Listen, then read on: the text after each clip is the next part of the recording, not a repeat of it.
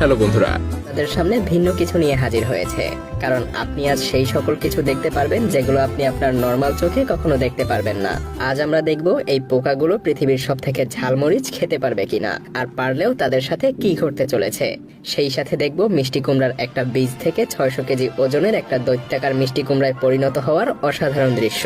আস্ত একটা সিগারেট কতদিনে মাটির সাথে মিশে যেতে পারে, সেই সাথে আরো অনেক কিছু। এটা নিশ্চিত এগুলো দেখার পর আপনার ব্রেইন আবারও রিস্টার্ট হওয়ার সুযোগ পাবে। তো চলুন আজকের রিল্যাক্সেশন জার্নি শুরু করা যাক।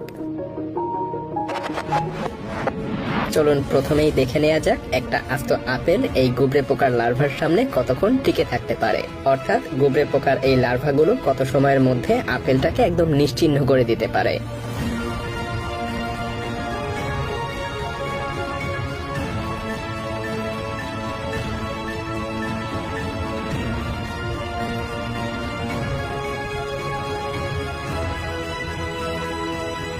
একশো 11 ঘন্টার মধ্যে আপেলটা একদম নিশ্চিহ্ন হয়ে গিয়েছে।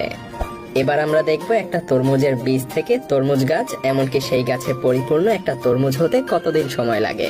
সময় যতই লাগুক না কেন, আমরা খুবই অল্প সময়ের মধ্যেই এটা দেখতে পারবো।